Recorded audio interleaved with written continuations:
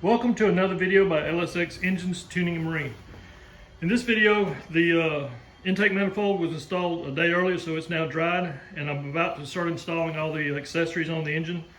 And so I'm starting by flipping the engine upside down, and I've installed the starter, cleaned the two bolts. These are 3/8" bolts. My reference for torque did not include the starter bolts, but since these are 3/8 and the motor mount bolts are 3/8, those are 37 foot-pounds. I just tightened these to 30 foot-pounds according to my torque wrench. Also used blue Loctite so they won't back out. So, and they feel pretty snug, so I'm good with that. So the starter's now done, and I'm also installing the drain. These are brass drain valves for marine engines. And they have a blue plastic plug that seats on here. There's a blue, there's a O-ring on the blue plug, so it seats on that surface. So I'm installing these two. Well, I haven't installed that one. So on this side, you see I've got the drain plug adapter, and I put Teflon tape on it, and about to thread it to the hole. So, and you thread the Teflon tape on in the opposite direction that you thread it in, so that as you thread it in, it helps the Teflon tape lay down more. So I'm about to do that, and we'll put this right here in this hole. And I've also looked in the holes to check, make sure they're clear too. So we'll make sure that. This block was hot tank, so it should be clean inside. So anyway, this is going in, and I'll just drive it in with this impact gun right here.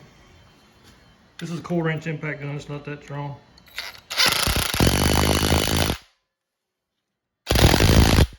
Okay.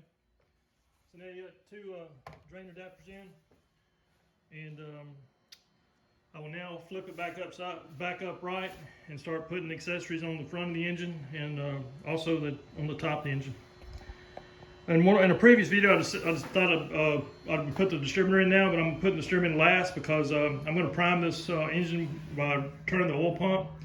And to do that, you have to remove the distributor. So I'm just going to leave the distributor out until I get ready to prime the oil pump. So now I'm going to flip it back over and start putting other accessories on. Alright, since the last video, I've now installed the alternator bracket on the front of the engine, on the front of the starboard side cylinder head. And I've installed an oil pressure switch in the top of the block at the back. I had to notch out that silicone a little bit to clear it out. I had to make sure that it did not fall in that hole. It had been bad news.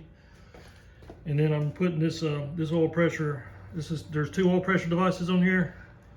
You have to thread this in first before you thread in the second one in that hole. So I'm about to put it in this hole right there.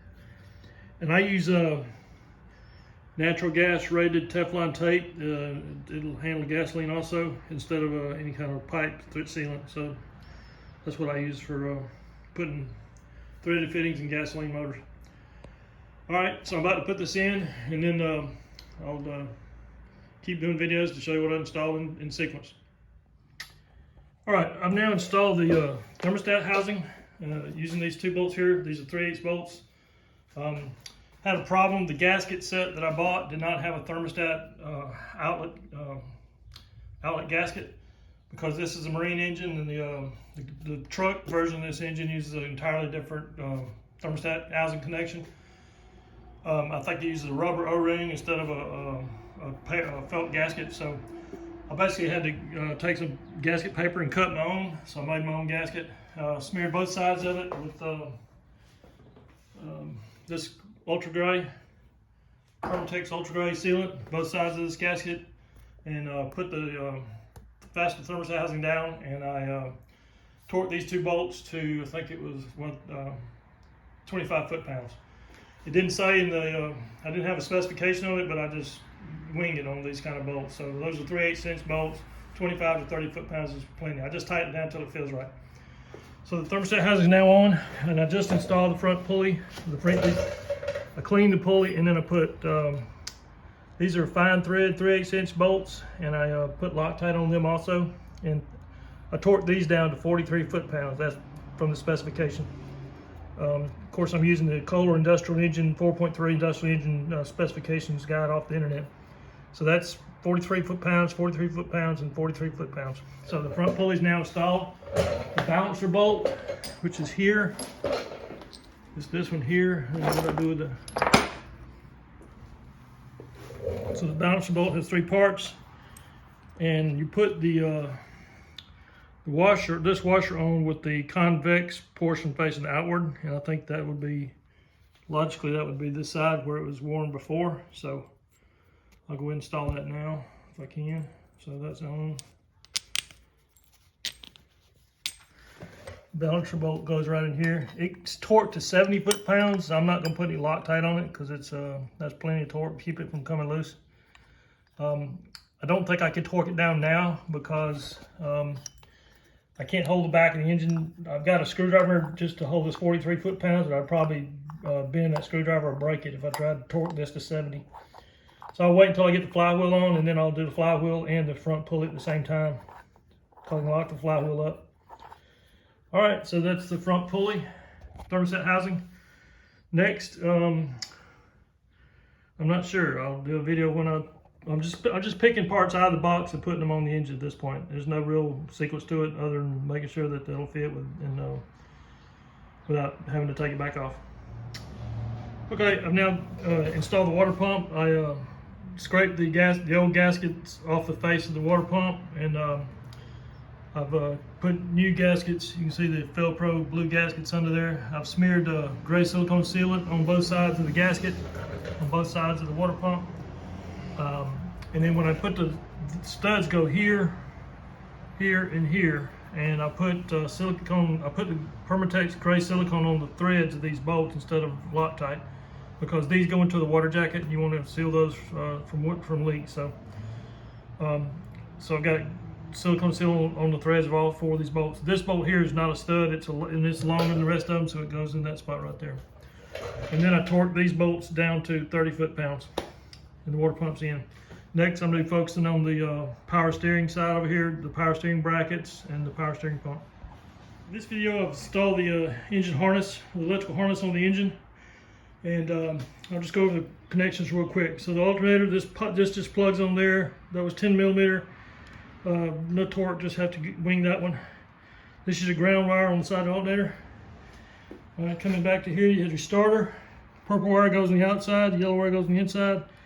This goes on, this is a fuse, by the way. Your main battery connects right there. And then this is a fuse for your power all the way out to your boat, or actually to everything. So if you have a short, you blow that fuse, it's a pain in the butt to get to. So coming on around, this was a rigid mount for this engine bulkhead. This is your engine harness to boat harness bulkhead, and it bolts to the back of the head right there, and that's used as your engine lifting hook.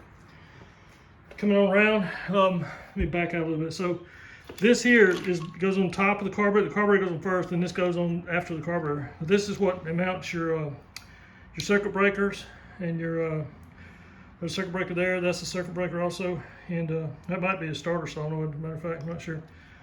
But anyway, that's the that mounts on the back of the carburetor like so. Then you got your ignition coil module, which is mounted on your exhaust.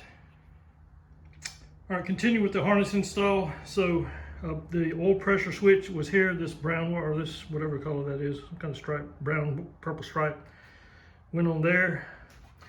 And like I said, this was for your ignition module on the side of the exhaust riser. This plugs into the distributor. I don't have the distributor installed yet. Coming along, then this connection, this group of wires here went over here on the starboard side of the engine. This is, I believe this connects to the carburetor. I think it's your electric choke. This is a fuse, or it's capped off. No, this is the fuse, that's just capped off. This was not connected. See my video when I took this harness off. So come over here, this was your ignition kill switch for your shift kill switch. This was some kind of coolant switch, maybe a coolant sender. This is for the fuel pump. And then this loops around over here to your coolant sensor, and then this goes to the oil reservoir float switch. And I believe that's it on this side. Oh, sorry. And then there's another coolant sending unit. There's a coolant sending unit right there. And that's all on the starboard side. Coming around to the port side, you got the purple and gray went to the ignition module. These two go, I think, to your trim up and down. This goes on this is a ground wire, goes on a stud on the back of the engine when I get the bell housing back on. Then these two plugged into that's your oil sending unit. This is another oil type, some kind of oil switch. And that's it. So that's all the electrical. So now the electrical's on, I'm about to install the carburetor and the fuel pump and the power steering. And this boat engine will be ready, or this engine will be ready to put back in the boat. All right, continuing with prepping this motor to put in the engine. As you can see, I had to take the alternator bracket back off the side of the head. I just sat on a stool for the time being because the harness is already connected to it. I had to do that because the fuel pump, or the fuel pump and the fuel water fuel separator goes here. It bolts to that motor mount bracket, and the fuel supply line ran up through here and underneath this hose. So in order to get it in there, it was just easier to take the bracket off and try to work this hose. I mean, there was no other, it was either take this off or take that bracket off. So I just felt it was easier. So anyway, this hose runs over the top of this fuel line and down behind the fuel pump, and then comes out. There's a little gap right here between this bracket here. There's a little gap right there between the head and this bracket and the fuel line. I mean, the water cooling hose for your exhaust manifold comes out right through that gap. So that's hard to do with that alternator bracket anyway, so I had to take it off. So now I'm about to reattach the alternator, and I'm going to leave the carburetor off to put this engine in because I don't want to take any chances of the chain or anything hitting it and breaking it. It's about a $500 part. So I'm going to leave it off until I get the motor back in the boat. All right, now that the fuel pump is on, fuel line's in, got to do the power steering pump next. All right, once I got the alternator bracket back on, which wasn't that easy, this front cross brace goes across here and attaches to the top bolt on the head right there. The alternator bracket is underneath, and then this brace goes on top of that. And I think I tightened that bolt to about 30 foot-pounds. The fuel pump wire comes right up through this gap right here. Comes off the fuel pump right down here and then works its way up. I just fished it up in here, and then it connects to the harness right there. Again, that's your kill switch for your shift kill switch. All right, now that that's on, I'm about to put the power steering pump on, and then I'll put the serpentine belt on. I don't put the exhaust manifolds on until after it's in the boat. I just find it's much easier to manipulate and move around with exhaust off the engine. I'm going to rethink that though. Well, now I'm going to leave them off until I get it in the engine. Just that's how I've done it always, and that's what I'm going to do here. Continuing with the preparation of the engine before installation, I put an old dummy distributor in here, and I'm using it to prime the oil pump. So what I do is take a drill, put an Allen wrench on it, and so I can get it right here.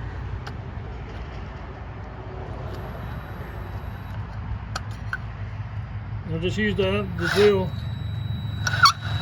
I've already been doing this. I've spun it up, but this is how. Anyway, trust me, I've been spinning it up, so it's got plenty of oil pressure. So that's how you prime the oil pump. This distributor does not have a gear on it. That's why I can turn it with the drill. They make professional primers that you can put in there, don't have gears on them, but this works for me. It's just an old distributor that I use. So I've primed the engine now with oil, and the reason I did put oil in it now, I buy what I do is I buy oil by the box, Haviland 10W40, and it's about $13 for 5 quarts, I think. No, this is 1.5, 6 quarts. Wow. So, okay, so you get 6 quarts for $13. Not too bad. So what I did is I poured the oil in here. I didn't bother to put it in the valve cover. I just poured it in right through here, and it got in the engine. And now I primed the engine. And the reason I put the oil in now is so if it's going to leak, I want to see it leak out here. And let me see. I don't feel any leaks right now, so I think I did a pretty good job sealing this up. This is your this is the drain system. This hose here will lay in the bottom of the bilge, and you're supposed to attach the drain plug with a chain to this. So when you take the drain plug out, you pull this hose out, and it pulls the hose out of the drain hole. Then you can drain your oil without having to go in the boat.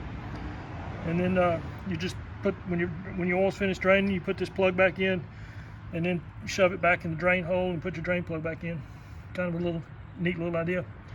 So anyway, it's got oil in it, it's primed, and I could not find the nuts that held the power steering onto this bracket here. There's 2 bolts come through here. I'm not even sure what the threads are. So I've got to take the power steering pump to a hardware store to find out what the right nuts are. Somehow they got misplaced. This engine, I took apart 2 engines at the same time. My son was helping me, and he wasn't used to, let me rephrase it, he's a beginner, and he more than likely didn't bag them and tag them, put them in the right place. So, and I've searched the shop, but I don't see them. So I'm gonna go ahead and install the engine without the power steering pump, and then I'll put it on after I get it in the boat. So the next step is I've got the engine hoist out here, and I'm about to lift this engine so I can take it off the engine stand, and I'm gonna put the flywheel on, and then the what's called a coupler, the marine coupler, the bell housing, and then it'll be ready to put it in the boat. Okay, the engine's on the stand now, and I've attached the flywheel, and each flywheel bolt was torqued to 74 foot-pounds, and that was a bitch. Excuse my language. The way I did it,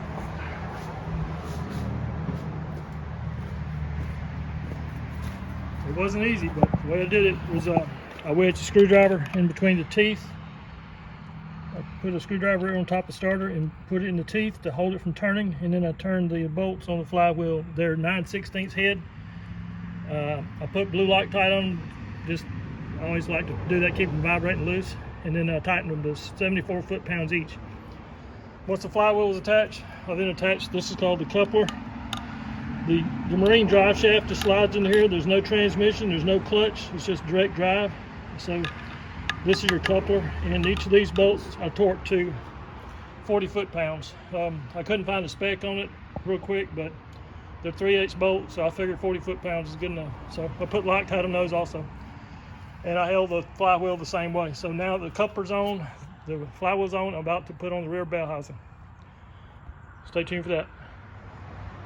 All right, continuing with the preparation of the 4.3 Mercruiser to go in the boat.